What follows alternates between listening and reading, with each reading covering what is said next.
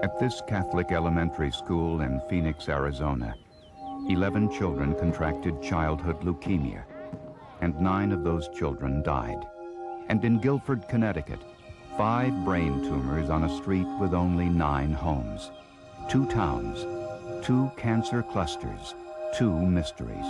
The investigation into these 2 neighborhoods answered some questions, but raised many more.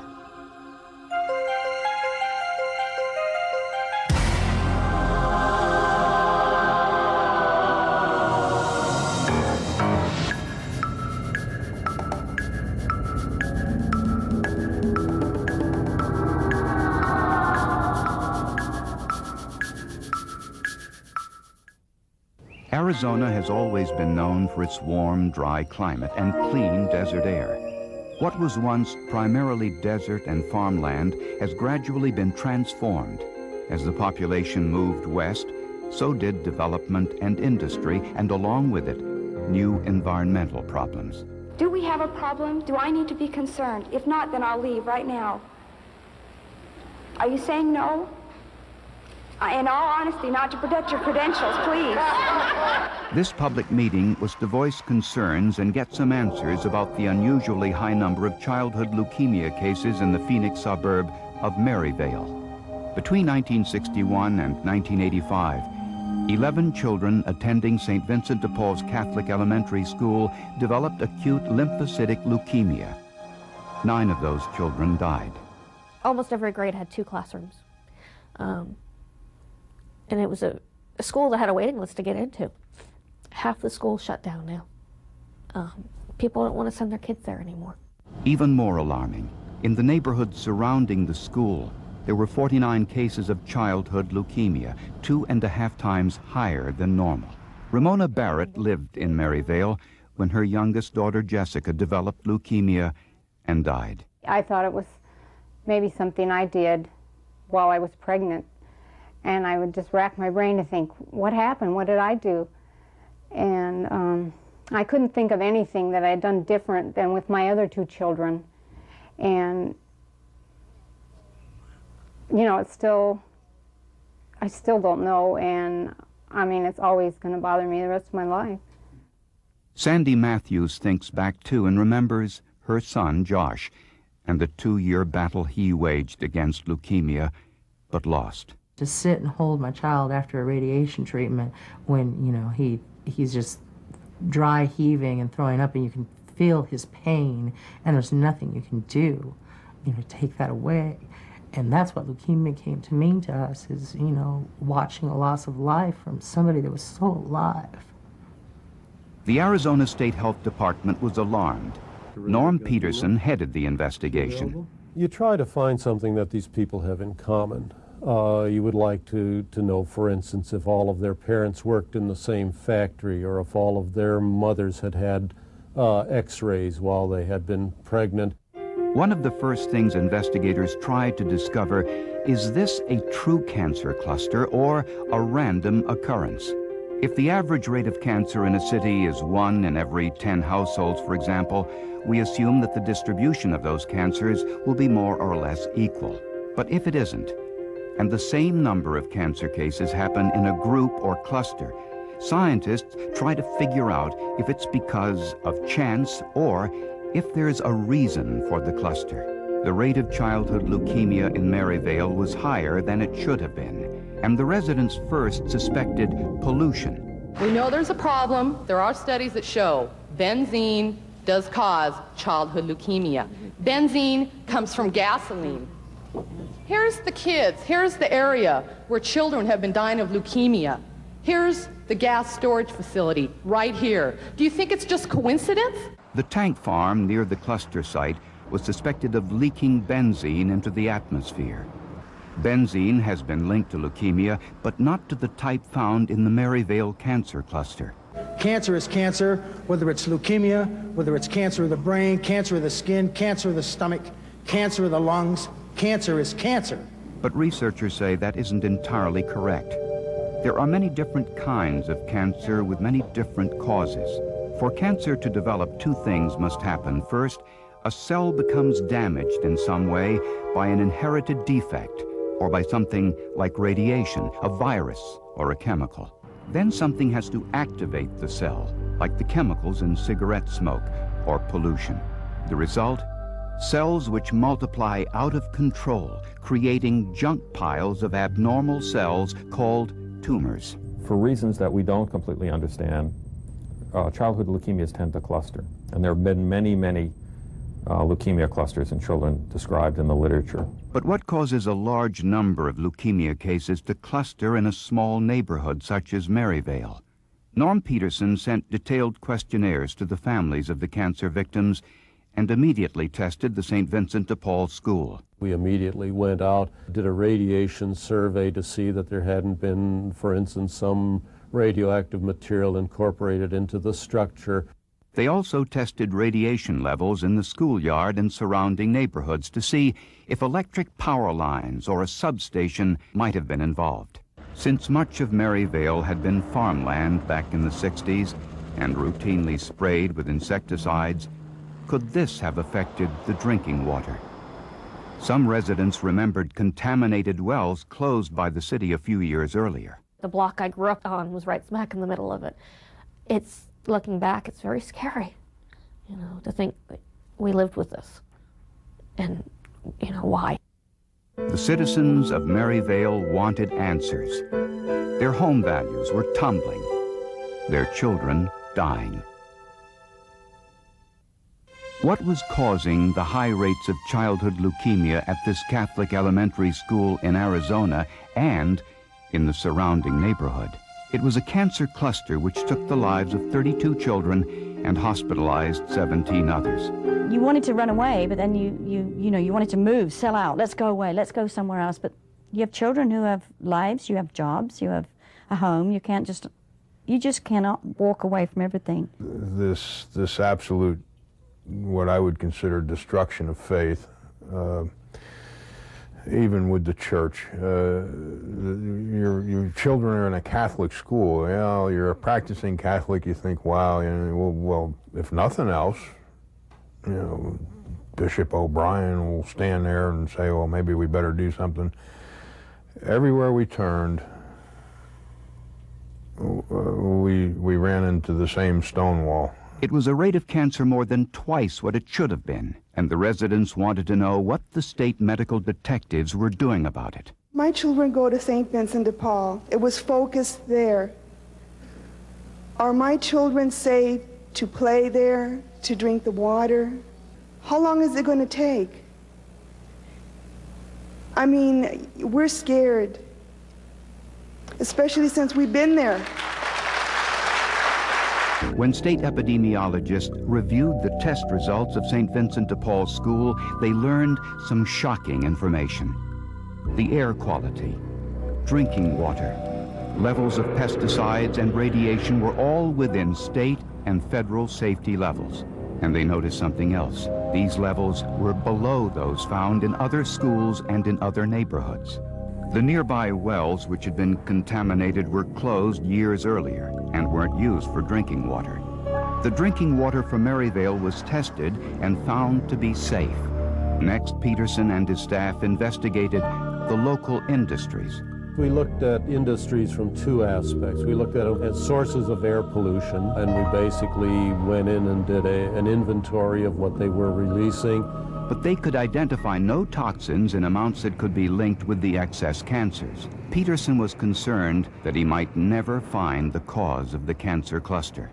Cancer doesn't leave a fingerprint or clue of any kind as to what caused it. And unlike other illnesses, leukemia patients like Josh Phillips produce no antibodies to the cancer-causing agent. When you get into childhood leukemia, there are no nice, neat little antibodies to anything. There is nothing that says that leukemia is caused by radiation as opposed to being caused by benzene, as opposed to being caused by electromagnetic fields. So this becomes a much more difficult problem, and so the Achilles heel of environmental epidemiology really is trying to determine what somebody's exposure was many, many years ago. When the environmental studies couldn't find anything suspicious, Peterson decided to examine the homes where the cancer victims lived. Air, Dust, water, pesticides, heavy metals, and radiation from appliances were all tested to see if these homes differed in any way from others. Anything that has been shown in some previous study to have been somehow associated with an excess of childhood leukemia, we considered it. But it was of little help. After 10 years and over $2 million worth of investigation, the Arizona state officials couldn't find anything they could link to the cause of the cancer cluster. But the residents of Maryvale weren't satisfied. My question is, where is this lack of accepting responsibility in? I mean, when is enough enough? It's the same old question, and we never got an answer for that. Nobody'd ever step up to the podium and say, look, yes, you do have a problem, and yes, we do need to fix it. Let's all get together and fix it. And how can you say that, you know, that doesn't come back to something? I mean, it has to come back to something in common for all these people. So that's what I feel. There's a lot of distrust of government. A lot of it is justified. And for the public to not trust us, this should not come as a surprise. And it now appears the cancer cluster has ended.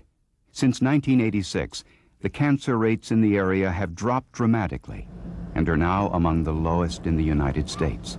Either the Maryvale cancer cluster was a random occurrence, or the cancer-causing agent, if there was one, has long since gone. When we're trying to understand what caused a cancer pattern in a community, we're really trying to find out about an event that occurred 20 or 30 years ago.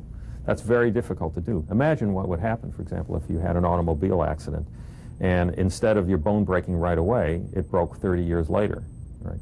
And then when confronted with somebody with a broken bone, you had to think back over all the other things that might have happened to them over the intervening 20 or 30 years. But in another town, thousands of miles away, there was another cancer cluster. This time, residents had a suspect. While the residents of Maryvale, Arizona were living through their cancer cluster, another was developing in Connecticut. It was on this dead-end road, Meadow Street in Guilford, Connecticut, a working-class neighborhood in a mostly well-to-do town about 2 hours' drive outside of New York City. Out of 9 homes on this street, there have been 5 brain tumor cases. When Bob Hemstock heard of this unusually high number of brain tumors, he was alarmed. His son and granddaughter lived on Meadow Street. What is it about Meadow Street? That's probably the best question you could ever ask. Really don't know, except you have a lot of illnesses in a very short street. Residents were convinced they knew the cause of this high rate of cancer. They blamed the electric substation. It takes up one side of Meadow Street and sits only 100 feet away from the closest houses. Electrical substations transform high voltage power into lower voltages before going through residential power lines into homes. It's a big, noisy neighbor to the residents of Meadow Street, giving off high levels of electromagnetic energy which frightens even scientific researchers. I wouldn't want to live there. I'll tell you that. I wouldn't. And I certainly wouldn't want my children to be raising their children across the street from a substation. And as a matter of fact, when my daughter was buying a house in a working-class section of Cambridge, I went to look at the house, and there was a step-down transformer outside the room, I would say 3 feet from the room that the baby was going to be in. And I was absolutely opposed to her putting a kid in there. Dr. Reba Goodman is a cell biologist at Columbia University. She is conducting research to see if electromagnetic fields can change our cells, making them more susceptible to cancer. With electromagnetic fields, a little bit can be bad, then there can be an increase which will have no effect, then there can be a greater increase that can be very bad, and the whole problem is to find the range within which these fields have an effect at the cellular level.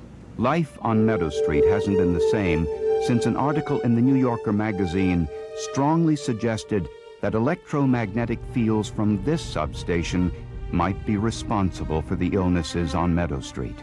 Jack Walston remembers Meadow Street. He grew up there, and when he married and started a family, he bought a house just down the street from his parents on Meadow Street. He blames the electric substation for the death of his entire family. His father died of a brain tumor at the age of 54. His sister died at the age of 54. And doctors removed a brain tumor from the front of Jack Walston's head. I was 35 years old when I had that operation. At that present time, this meningioma tumor that I had was the largest in the history of Yale New Haven Hospital, larger than a large grapefruit. Like I said, I do have a reoccurrence of it. Melissa Bullock was Jack Walston's next-door neighbor. She was a high school basketball star and straight-A student. She also developed a brain tumor at the age of 16, which required surgery and radiation, but she survived. In 1987, the local newspaper did a little investigation of its own and discovered this startling number of cancer cases, not only around the electric substation, but along the entire length of the high power lines throughout the state. I can give you name after name of people who lived along the power lines that have died with cancer, malignancy of some type, from one street to another. Some of them were relations, some of them were friends. We, as individuals, will never be able to prove that this is what does it, but I firmly believe this has got a lot to do with it. The electric company acknowledges that the levels of electromagnetic radiation are high at the substation itself, but that they drop off significantly further away. Bob Carberry is the manager of transmission lines and civil engineering for the power company. The levels that I've observed on Meadow Street due to power facilities are quite common. If there was a real problem here, it should be showing up in more places than Meadow Street. The power company says the levels of radiation near the Meadow Street homes are within the normal range. Within normal because radiation exists in nearly every home in the United States. It's produced by electrical wiring, appliances such as microwave ovens, and even electric razors. But the electromagnetic radiation from a substation is constant, and the residents weren't convinced that their neighborhood was safe. The residents of Meadow Street wanted answers about the high number of brain tumors on their small street, and they wanted the word from Town Hall if the electric substation might be the cause. They gathered at a public meeting, anxious to hear what health officials had to say, and what they heard they couldn't accept. Our conclusion is that there is no cancer cluster on Meadow Street in Guilford. Even though there were 5 brain tumors on a street with only 9 homes, they said since the tumors were different, they didn't qualify as a cancer cluster. 2 of them were benign, so-called tumors, and those were meningiomas that have many known risk factors or associations, and electric and magnetic fields is not one of them. But one of the brain tumor cases, the one discovered in Melissa Bullock, has been linked to electromagnetic fields. I defy any one of them to change places with those people on Meadow Street and bring their family there. And I'll guarantee you not one of them would do that. Researchers have found modestly higher rates of cancer, including leukemia and brain cancer, among workers who are exposed to electromagnetic fields in their jobs. One study found that welders have significantly higher rates of cancer because of their exposure to radiation. There's been some extremely good epidemiology done, and in fact, there's more epidemiological evidence for the relationship between cancer and magnetic fields today than there was when we accepted the relationship between asbestos and cancer back in 1949. But other studies have been inconclusive. One reason why this is a controversial area and why many scientists have refused to accept the epidemiological evidence is because there is no obvious biological mechanism whereby magnetic fields can cause cancer. There is some evidence to suggest that it's not the level of electromagnetic radiation one is exposed to, but the number of times an individual passes through the field. People are exposed intermittently. They go in and out of fields for different lengths of time, and laboratory data has shown that these kinds can have a synergistic effect. But the fact is that until we understand how these things affect cells, we're just not going to know. Scientists may be getting closer to understanding a possible link between magnetic fields and cancer. Dr. Goodman has been studying the effects of electromagnetic fields for more than 15 years at Columbia University. We don't know whether electromagnetic fields cause cancer. The most likely thing that they do is that they may promote cancer. That is, if the cell or the body is in contact with some environmental toxin and they are also getting some kind of EM field, these two things together could cause cancer. And this has been shown in animal studies. The residents of Meadow Street found themselves in a difficult situation.